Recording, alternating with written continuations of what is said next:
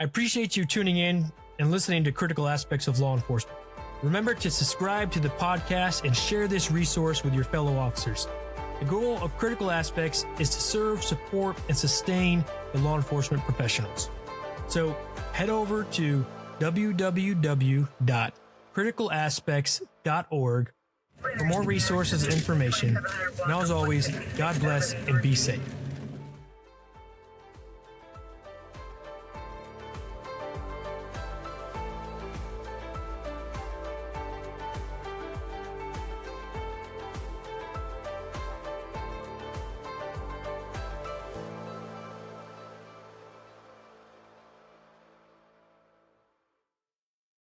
All right, welcome back to Critical Aspects of Law Enforcement. I'm your host, Vernon Phillips, and today we've got Tim Martin with us. Tim Martin with 10-7 Fishing. So what I'm going to do is I'm going to let him just talk about himself real quick, just his background, what he's currently doing, and then we'll dive into some questions about 10-7 and then also kind of some local law enforcement things. So, Tim? How are you guys today? I'm a local deputy here, worked with old Vern for some time, same agency, doing that for almost 13 years now, and about a year and a half ago started 10-7 Fishing to kind of help support some mental health issues and suicide prevention with first responders and law enforcement through being out on the water. All right. So, I mean, obviously, getting out and like decompressing is big for you, right? Kind of like getting away from the job. So, what is it that you do that helps you? What do you do physically, mentally, emotionally, and spiritually to kind of separate yourself from the job? To me, the big thing is just cutting away from it, being with the family, not being a part of the job when you're not there.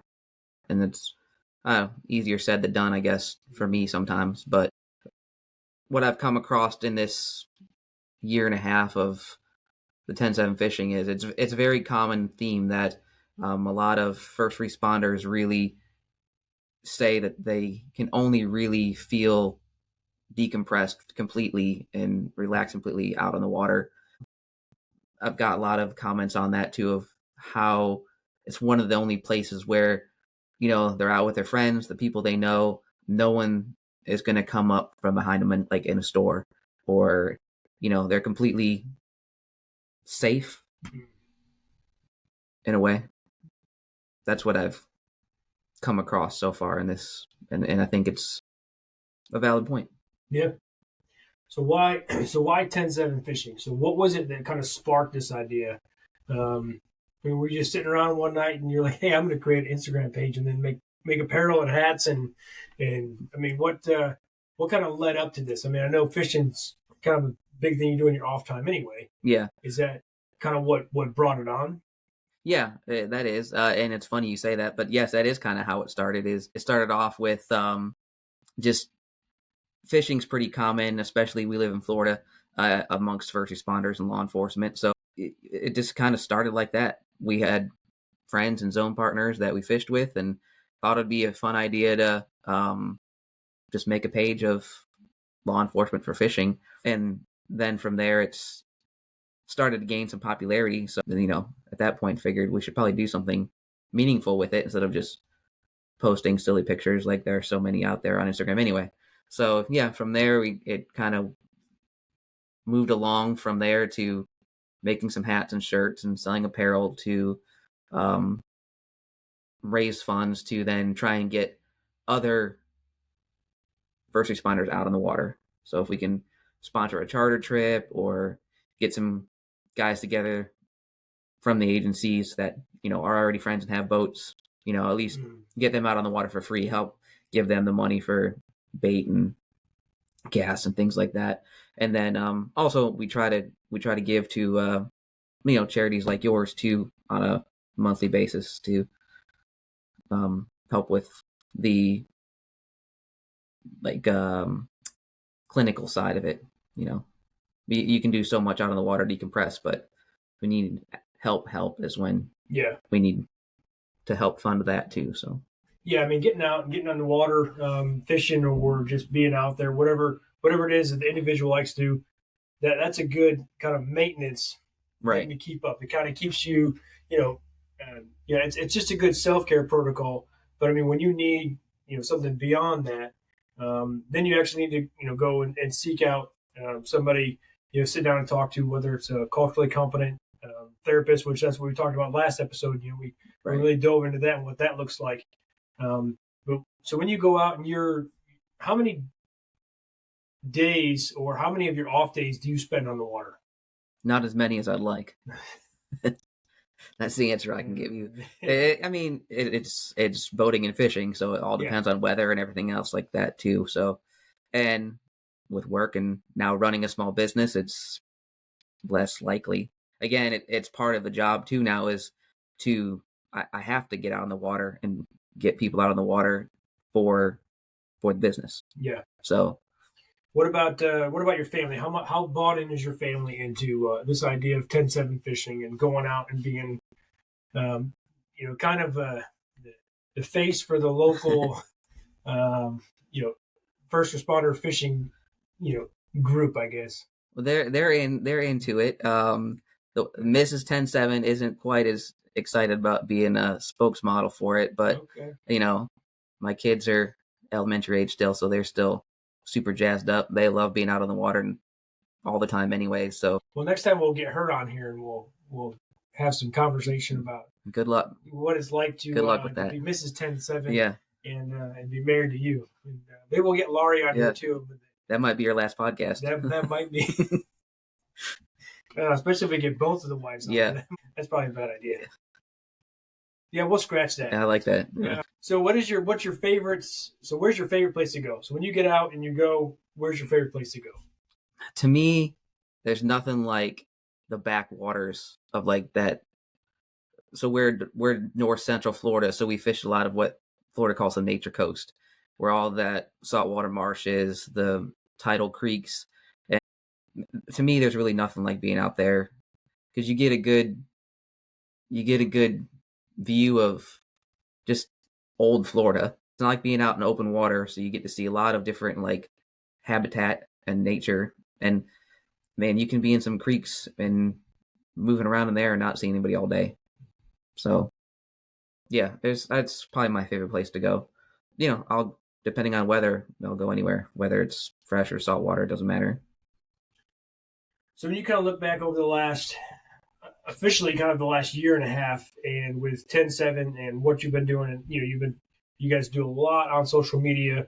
I think you've gained quite a few followers there. But what is some of the stuff that takes place that social media doesn't see? So looking back over the last year and a half, what is probably one of the it could be the funniest story or awkward story that you got, being out on the water? And well, I mean, it's boating, so there's been a good handful of boating trips that didn't turn into boating trips, or broken steering cables. And I'm pretty good about making sure the boat starts and the batteries are charged before I even leave, so we don't have to deal with that. I'm pretty straightforward about making sure the boat plugs in, so I don't have to worry about that too much. But yeah, there's been some days that were planned that didn't go the way they planned. Yeah, so I mean, this is what you do to kind of like get away from the job. But if we kind of circle back to the job, you and I have worked together for several years. I mean, there's stories that you and I could go back and forth on. That might be your last podcast too. There's lots of stories there, especially the old APOD days. But yeah. When you think back, your career thus far, what is one of the what's one of the worst calls that you've been to? And then how did you handle that afterwards? What did you do to make sure that you were taking care of yourself? I guess I don't have a whole lot that like specifically stand out. I'm lucky. I can compartmentalize pretty well, so I don't bring a lot of stuff home. But there's stuff that'll stick with you. Like, I can think of a couple right off the top of my head of people who, I've walked in on someone who just shot themselves through the head. I'm not saying it's like something that haunts me, but when I say it, I can picture the guy sitting in the chair right now. I've been first on scene at a murder where it was a single wide trailer, and I had to carry the 7-year-old daughter face buried in my chest over her father's body. Things like that. But again, I'm lucky. I don't bring that home. I'm just wired that way, I guess. So I'm kind of lucky, but I know there's a lot of people that aren't. So that's why 10-7 is, important. And so what did you do specifically, I mean, to kind of decompress from those? What is something that you do regularly other than outside of like 10-7, outside of fishing? So it's just, it's for me, it's a lot of being outside and building family relationship, just being with, my kids and my wife and just doing stuff with them. Person likes to be doing stuff. It's just even just going on a regular hike or taking the dog out or whatever, just building memories with him. yeah. What is the funniest call you've ever worked? I don't know about funniest calls, but there's definitely some funniest people that I've dealt with on a regular basis that call in about all kind of crazy stuff, snakes in their bed and that aren't there, all kind of crazy stuff. We had one who used to call in all the time when her phone ran out of minutes, saying something was going on. But then when you got there, all she wanted to do was use our agency phone to order pizza. That happened a good handful of times until we had to put the kibosh on that. Just want a pizza, man. Yeah. I mean, yeah, and her phone didn't work anymore. So did you order the pizza? I did once or twice, but then, kind of like feeding an animal, you can't keep doing it, and then she'll know. She can call in and say someone's breaking in the door and get there and nothing's going on, and she just orders pizza. So it's kind of like it's kind of like parenting, and your kids are like, I just want one more cookie. You're like, no more cookies. Well, it's funny you say that. Job is a lot like parenting. It's just parenting a lot of adult adolescents sometimes. That is true. Sometimes they just either want a pizza or they just want their boost. Their boost, yeah. Their boost is important. That's right. They got to get that nutritional value. So when we start looking at law enforcement, and so you've been doing this, you said the last 13 years. Well, you've been with the agency for the last 13 years. Yeah, I did a little time at state DOC, so I'm in about 14 years. We don't talk about that here. No. I'm just kidding. No, but so when we start looking at the law enforcement, just in general, what is something right now that you see that we're doing good, like the law enforcement community as a whole? What do you think is something that we're doing good? Well, this right here, it seems like it's been trending the last maybe 3 years. Did you say that? It really seems like there's a new wave throughout the agencies and the career in general that is really looking deeper into the mental health issues. And I think as it continues to move that way and we get more newer officers, and I mean, this might be one good thing that you can say about the younger generation is they're a lot better at talking about their feelings and emotions. So I think it can continue to trend that direction, which is a good thing. I would say that's probably one of the best things happening right now. Yeah, I think that there is a shift, especially a lot of agencies. And I think that kind of like you're saying, with the newer officers and deputies that are coming in, there's going to be that natural progression, that natural change. I mean, as some of the old timers kind of start retiring out, 5 years from now, 10 years from now, when we start talking about having conversations about mental health and wellness and people going and speaking to a counselor or something like that, it's just going to be, I think it'll just be commonplace, but I think it's just going to take time to get there. I agree. Yeah. But what do you think is something that we're not doing real good at right now? I don't know. I guess I can also see a trend of, I hate to say it, but I feel like law enforcement's get a little softer on crime, just trending throughout the nation too, where, felony thefts are over $1,000 now, and smaller crimes that usually lead or are part of a bigger issue are being ignored, swept under the rug, things like that. And I just think maybe a little soft on crime lately. That's giving those people the feeling of entitlement that they can kind of do what they want. How many things do you see about a group of people just breaking into a Nordstrom's and stealing all the Coach purses and whatever? It's not like they're stealing stuff they need to survive. Yeah. When we start talking about changing the culture and continuing on with this, what is something that you would give? So what are three things, three key points that you would give to somebody just coming into the career? Somebody just coming in, just starting out. What 3 items of advice would you give them? Man, you hit me on a hard one there. I would say weren't you an FTO? I was, yeah. Okay. But I have to narrow it down to 3. I mean, there's so many things to tell these 20-year-olds that you almost said yahoos. I did. You were going to say you were going to say youngins. yahoos. I was going to say youngins. I would say that you have to be honest. You're going to mess up, and most agencies or most supervisors have messed up in their career path too. And if they tell you they haven't, they're lying. That's true. They're liars. And they're not liars in general. I'm just saying. Maybe they forgot they've messed up. They may have forgotten. Yeah. Yeah. But when you mess up, be the first person to go tell your supervisor, like, hey, I kind of screwed this up, kind of. Would say take care of yourself. That's another one. We talk about part of my 10-7 thing too, in my personal life too, is just you like to call it resilience, building up resilience. That's a big one. Don't go out there. I know all these young people are jazzed up to be a cop, and they'll go out there and work extra overtime shifts, work their overtime details, and then 2 years in, they're already burnt out. Yeah. I know you think it's super fun, but kind of take some days to relax, do your thing. Don't go over drinking on your days off. Stuff like that.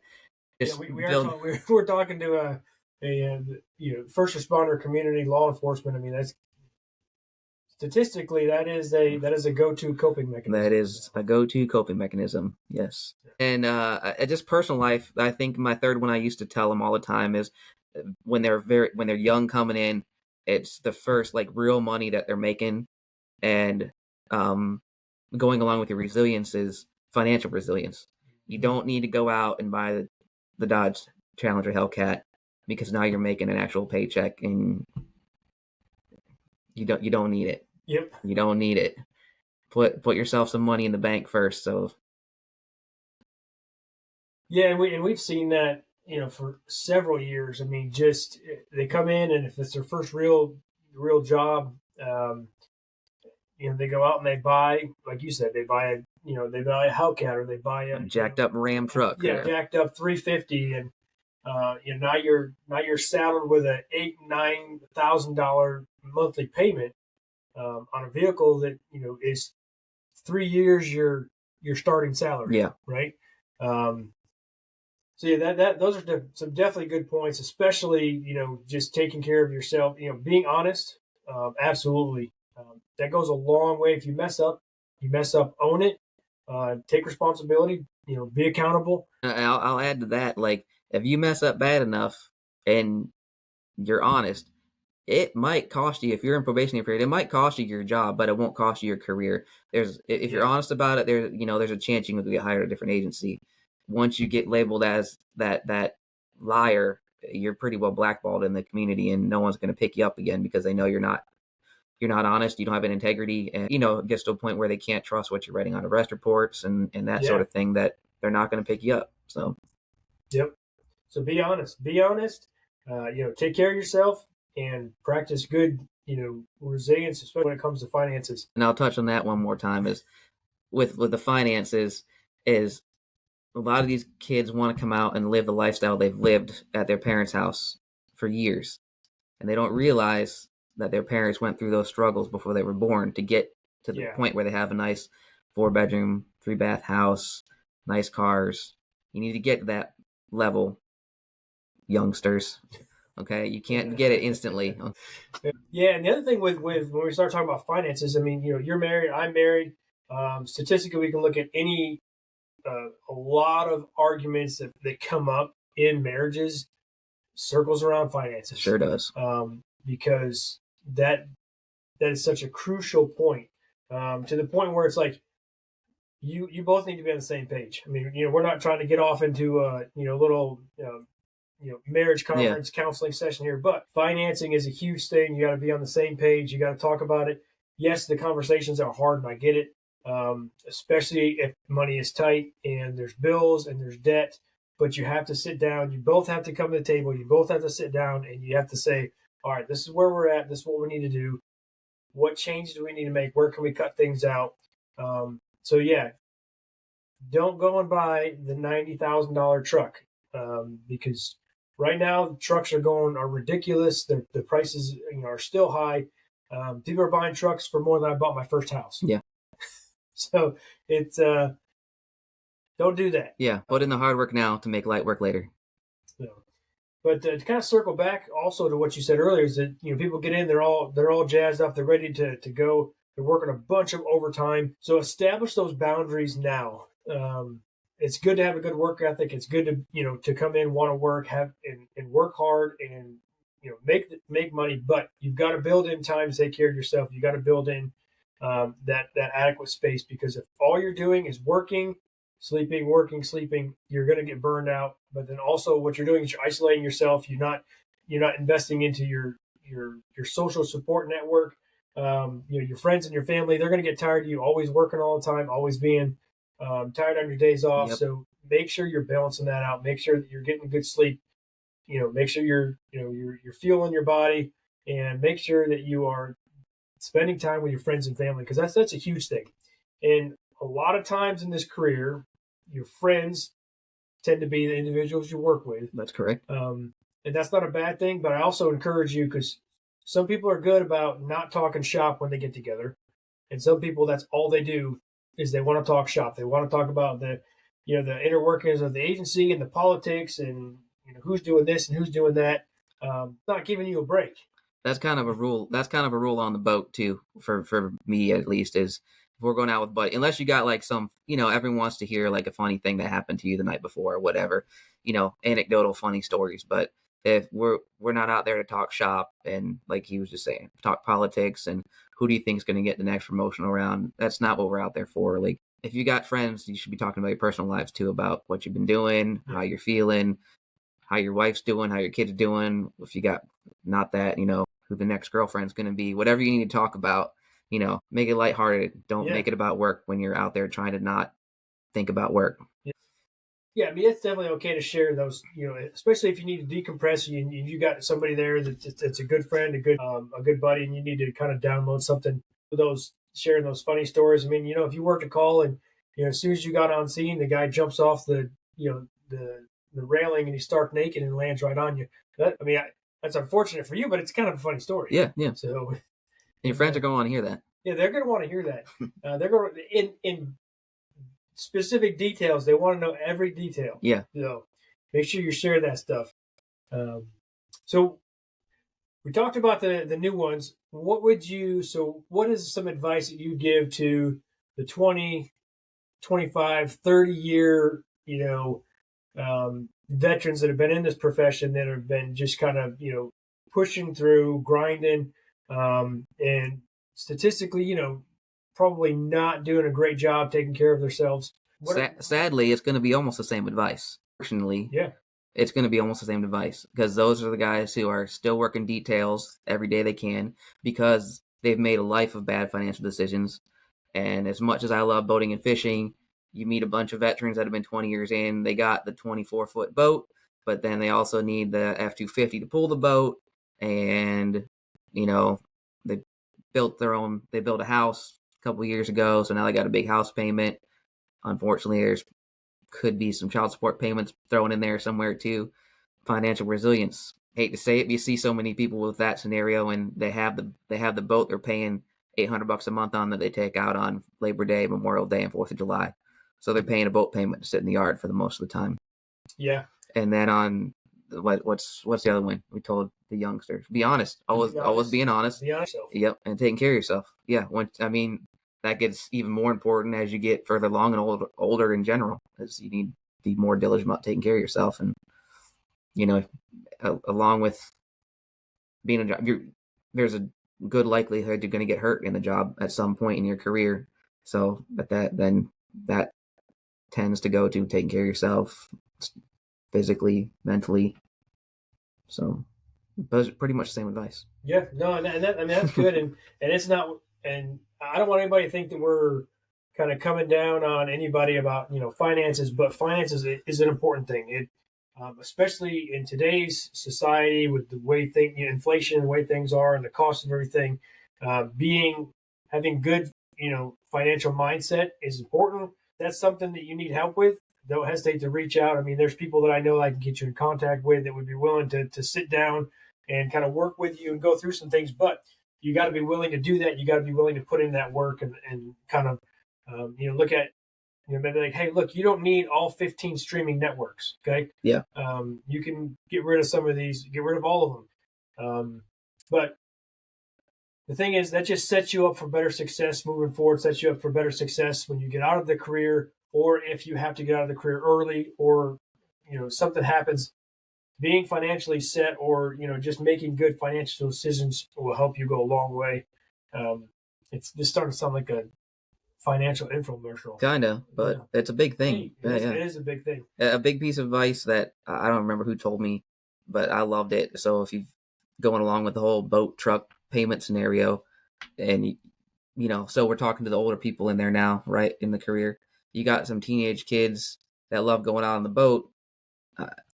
I was told a long time ago, your kids aren't going to remember in 25 years what exact kind of boat you had and what motor it had on it and how new it was. They're just going to remember going out on the boat with their family and their dad. So maybe it doesn't need to be the brand new boat. Oh, yeah. Just any old boat will work sometimes. Yep. They made a whole song about it, whole country song. Just an old plywood boat. That is true. Yeah. I mean, for me, and me and Laurie talk about it all the time. I talk about, me growing up, like, we didn't have a ton of money growing up, but there's aspects of my childhood that I remember, and it doesn't matter. We rode around in an old beat up van. We were doing things. We were doing things as a family. That was important. That's exactly right, and that's what you're making an example of it. And I can say the same thing is you remember doing stuff. You don't remember that much of how you got there, what year minivan you were in. Yeah. You just remember going there and having a good time with your family. And that's, again, links into building resilience, family values that'll help you with your mental health throughout your life as well. Yeah. Yep. And also, there's a lot of stress that comes in with finances also. Yeah. So that'll also help just your overall well-being, just making sure you're financially stable and your life is balanced financially. But when we start looking at kind of the career, but then beyond the career, so there's some people that they retire or they get out of the career, but they've invested everything into the career, right? So it's their everything. It's the only thing that they know. But you're working on this whole 10-7 thing, so you've already started to establish, something else outside of the profession. So, your career is not the only, identity you have. Correct. Right. And that's important because a lot of people get into the career and it consumes them, and that is their life. That is their identity. That is who they are. But the problem is when something happens, whether there's an injury or there's a separation or you retire, now you're no longer, deputy so-and-so or sergeant so-and-so or captain or major, whatever it is. Now you're just regular old, Joe Blow, and, here you are. So why is it important, just in your opinion, to invest into something outside of your career? Those reasons you just said. You're leaving the profession for a reason, whether you're retiring or just leaving because you need to leave. You need to have something to go do. Yeah. We make jokes at our agency of the ones who retire. The ones are going to come back in a year because they don't know what to do because that's all they do. Then the ones that are big into fishing or woodworking, or they have a whole plan to travel with their wife or whatever. They're not going to come back because they have something that they know they're going to do.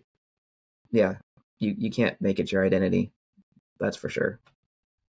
And those are the people that we have been talking about, the ones who overwork, make it too much of their life. Yeah. Like, it all stems from that part of it, just making it too much of your life. It's a job. It is, and it is a career, and even in some regards, we hear it all the time that it's a calling, and it can be a calling. Yeah. But it doesn't have to be your only calling. It doesn't have to be the one that you invest so much of your time and effort into that it leaves you with no social support network. It leaves you with with nothing at home but a dead plant. Right. But so for you, I mean, you're investing into 10-7 fishing outside of work. So with that, where do you think, or where would you like to see 10-7? The next, let's say 5 years. What do you think? What's the goal here? So okay, 5 years is a good time frame, I would say. So with the sales of the clothes, we've been able to fund some trips. We got to do one pretty big one. I partnered with another group out of St. Louis, and they funded the travel portion of it and sent an officer from St. Louis who was shot in line duty down here to Florida for a week, and I was able to help get them set up for camping and fishing trips and things like that. I'd like to be able to do one or more of those a year, depending on who I'm working with. But I'd like to get to a point where I could get a network of charter captains or just people at the agency. And I'd like to be able to at least not wait for like an emergency, like being shot in the line of duty or something like that. I'd like to do at least one or two resiliency trips for people a month, so that I could have enough money to be doing that one or two a month, and then just go from there. Like hopefully I could do more than that a month as it grows. And not just locally with our agency either. Like I'd like to be able to reach out across the state and then cross country, hopefully someday. Yeah, well, I think you're definitely moving in the right direction. I saw that you just recently did one, not too long ago with a couple of other nonprofits that are local here in Marion County. Yeah, right? that was the St. Louis people who came down. Okay. Yeah. They helped out tremendously. So good. So kind of transition out of it's still going to be kind of a little bit work related, but kind of out of the 10-7 thing. So tell us about what it's like to be a big time TV star now. I couldn't tell you. I don't know. You're not a big time TV star, are you sure? I'm very sure I'm not a big time TV star. I'm very sure. So I'm probably one of the only people that have not watched Chopper Cops yet. Have you even watched Chopper Cops? Yeah. Oh yeah. Okay, so I have not watched it yet. The kids were very excited to see. Of course, I don't have. Was it on Paramount Plus? Yeah. I will. I'll get on there and I'll watch it. But what was that experience like? I mean, it was interesting. Yeah. So those who are listening, there is a show out now about our Marion County's aviation unit, and the show is about that and how we interact with our other officers and apprehending criminals. And so along with that, there's a lot of doing this, interviewing and telling about what happened in this call. And so it was an experience. Yeah, it was interesting. Get to do it all over again here pretty soon. Really? Yeah, they're coming back. For season 2? Season 2. Season 2 of Chopper Cops. It's gonna be Chopper Cops again? Yep, sure is. What's gonna be the tag-on title? Chopper Cops. Chopper Cops. Danger Zone. Dr. Vern Phillips edition. Yeah, nope, I'm good. I don't need none of that. No, that's cool though. I mean, that's a good experience. I think because it probably stretches you, puts you outside of your comfort zone and what you experience yourself. But I think it also helps other people see that there's more to the profession than just what they see on everyday basis. Yeah. Well, not on just on cops, but just on an everyday basis. With things taking place, and they see a cruiser fly by, lights on. They're like, oh, they're probably just trying to speed and go to the make it to the Dunkin' Donuts or some garbage like that. But no, they could actually be trying to get to a call because somebody's life is in jeopardy. Could be. And maybe not, but could be. Could be. They could be calling saying their life's in danger, and then you get there and they want to order pizza. This is true. That is pretty funny though. I wonder if that gimmick is still going. No, we put an end to it. Okay. That is pretty funny.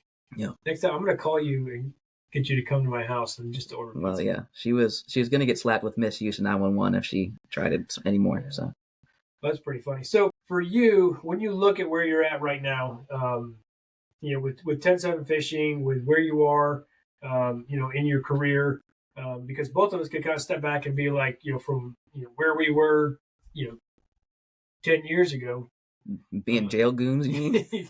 slinging trays and Yeah. you know, there's a lot of stories there that we'll leave alone. But kind of where you are now, how much has your faith played a part of that? To 10-7 fishing, where you're at in your career. I've said it a bunch of times. I don't know how you can do the career really without faith. It's crucial to get through a lot of it. Like, for the young people listening, you really do see the dregs of society a lot of times.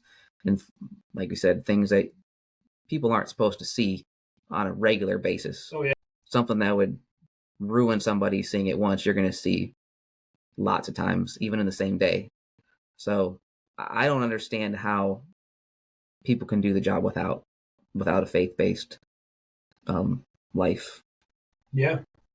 I mean, and then on top of that, just to me, doing the job effectively is you have to so many times put your own well-being aside.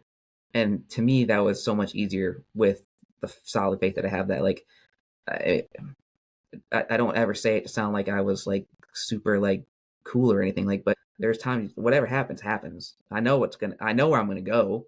So with that faith, it's a lot easier to set that aside. Yeah. You don't want it to happen, obviously, but yeah, no, absolutely. And I think that is important. And there's a lot of research that's been done specifically on individuals, that have that faith aspect and just their ability to just be more resilient in general. Yeah. Not just we're not talking about just in the profession, not just in the first responder, but that is a huge thing. It's a huge aspect of it. But I'm getting ready to do a class here this month here in July, and it's called biblical resilience. So it's based off, it's this idea of resilience based off of, scripture and in the Bible. Because when you look through the Bible, you see just individual after individual who demonstrated just profound resilience in the face of some just unimaginable things. But when you break it down, they all have the same key components that drive who they are, and that comes back to, and I've shared this with you before. They're purpose driven, and when I say they're purpose driven, I'm not talking about the book, purpose driven life. So they're internally focused, they're purpose driven, and they face adversity, right? So when we look at those, they're internally focused. And what are they internally focused on? They were all internally focused on their relationship with God. Right. And since they were internally focused on their relationship with God and growing that and maturing that, they were what? Purpose driven. Mm-hmm. And when they're purpose driven, it wasn't for their own purpose, right? They saw the purpose that they had, and it was to glorify God. Right. And that gave them the ability to face adversity and to handle the adversity. I mean, so you look at, people like Abraham and David and Job. I mean, and then you get in the New Testament, you see Paul. I mean, that dude was shipwrecked, snake bit, he was beaten, he was stoned. And all of that, though, he was internally focused. He was purpose driven. His purpose was to share the gospel. Yeah. And that gave him the ability to face all of that. But the biggest example that we see when we start talking about biblical resilience is Christ, obviously, right? So when you look at, his life, you see he was internally focused. He was internally focused with his relationship with the Father, right? He had quite the relationship with the Father. Quite the relationship. And that made him purpose driven. What was his purpose? His purpose was to come and live a sinless life, and then to die on the cross for schlubs like you and me. Yeah, for us. And because he was internally focused, because he was purpose driven, it gave him the ability to face the cross, which is probably hands down the most horrific death that any of us could have died for anybody else. Right. So when we look at that, that's a huge part. I mean, when you have those key components, it doesn't mean it's going to be easy, because when we look at each of these individuals and we look at, all the aspects and all the things they've gone through, none of it was easy. Right. I mean, the cross was not easy. No. So doesn't mean that your life is going to be easy, but it gives you the ability to walk through that and to face that with a whole different resilience than if you don't have that aspect at all. And what I like about those, well, all of them throughout the Bible, but those examples you gave specifically is what makes them humanized too, is what I had a pastor call it navel gazing. Sometimes you're just down there looking at yourself like, oh, woe is me. Yeah. And Paul, there's so many times in his letters that he's, I got this going on, I got this thorn in my side. And then, Abraham was I'm sorry, I was thinking of Moses. Moses was the one who he always navel gazing like, oh, I'm not good, I can't do this. I'm not a public speaker. David goes through every other psalm is like a good, like, oh yay, happy, back and forth. Yeah. And so, and you can link that back to what you're talking about, but then the career too is you're gonna have so many times where you're like down on your luck. Someone's gonna get a promotion that you thought you should have got, and you'll be like, oh, I put in so much work for this, and woe is me, and navel gazing at yourself.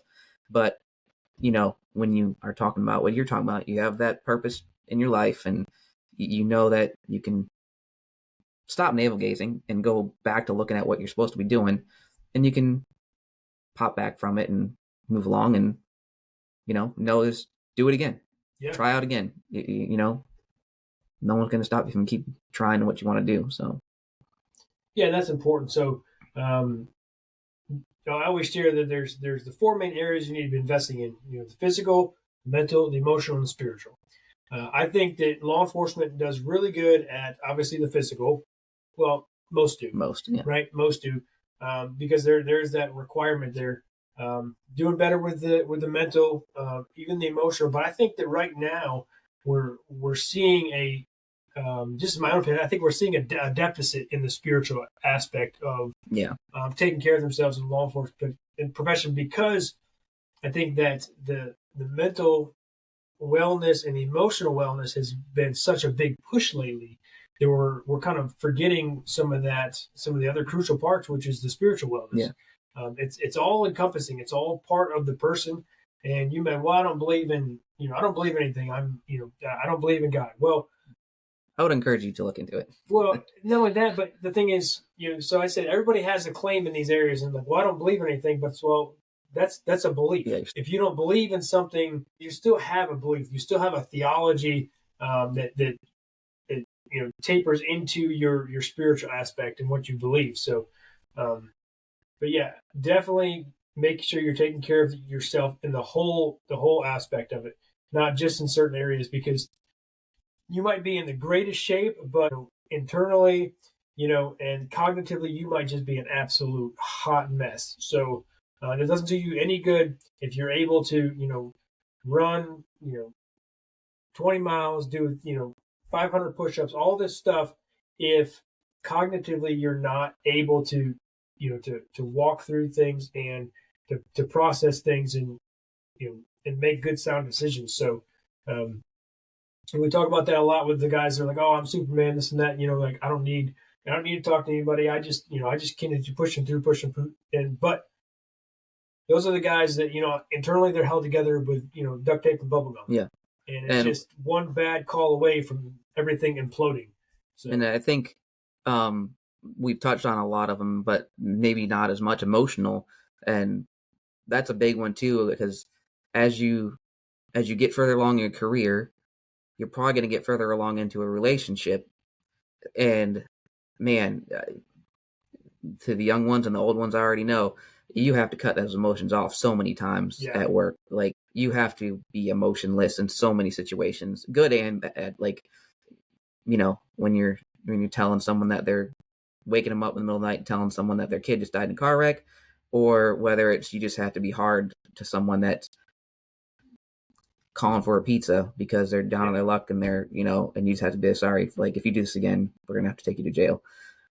You need to be able to work out a way to come home to your family and then have emotions again with your wife and your kids because they can see it, Yeah. So however that works for you, and that's something that you would need to, figure out partially for yourself, but then talking with your spouse and figuring out if, hey, maybe you need 15 minutes when you get home to switch gears and hang out in the bedroom and take a shower, whatever you need to do. But, you need to be there emotionally for your family as well. And and you need to be there emotionally for yourself too. Yeah. Because you become emotionless, then you're not much of a human. So absolutely. Well, Tim, I appreciate you coming on. I appreciate you talking about 10-7. So if somebody wants to buy some 10-7 apparel, where do they need to go? Well, we've been growing, so I have an actual official website now, not just a store site. Right. So you can go to the website. That way you can learn all about the mission focus, to see some of the posts that I have of the trips that I've been funding, and then all my social medias, YouTube. I even started a YouTube channel now. So you can check out all that, and then the store's linked to that as well. So it's just www.107fishing.com, but it's spelled out TEN-7fishing.com. Okay. And I'll put that in the show notes so that people can see that and click on that. But before you go, I do have a question. Okay, I'm ready. You knew it was coming. So I got my fishing pole. What kind of sweet fish can I catch with this bad boy right here? Honestly, you can catch anything on that thing. Look at this. If you go and you see one of my last videos, my 7-year-old son got a new fishing pole that is a somewhat adult pole, but it's still pretty small, and he probably caught the biggest fish we've ever caught together on it. It was a whole 22-pound fish on a pole, not much bigger than that. But is it a frozen pole? No, it was blue. He had a Spider-Man pole for a while before that, though. So this is a frozen. Look. Oh, I just broke it. Yeah. See, well, you're not going to catch. Man, I'm not going to catch anything now. Don't tell my kids. I just broke their pole. Well, that'll be good, because the first fish they catch on it and it breaks a pole, they'll think they got a whopper. So this is true. I'm just going to put a little tape on there, and we'll be good to go. Yeah. But I think I can definitely catch, at least a little sunfish or something. Oh yeah. You want it? No. Do you want to auction it off? No. All right. Well, Tim, I appreciate you coming on. It's been a good chat, and thanks, man. And we'll look forward to doing this again. Sure will. We'll get the wives out here next time. I still think it's a bad idea. All right. Thanks a lot. We'll see you. I appreciate you tuning in and listening to Critical Aspects of Law Enforcement. Remember to subscribe to the podcast and share this resource with your fellow officers. The goal of Critical Aspects is to serve, support, and sustain the law enforcement professionals. So head over to www.criticalaspects.org for more resources and information. And as always, God bless and be safe.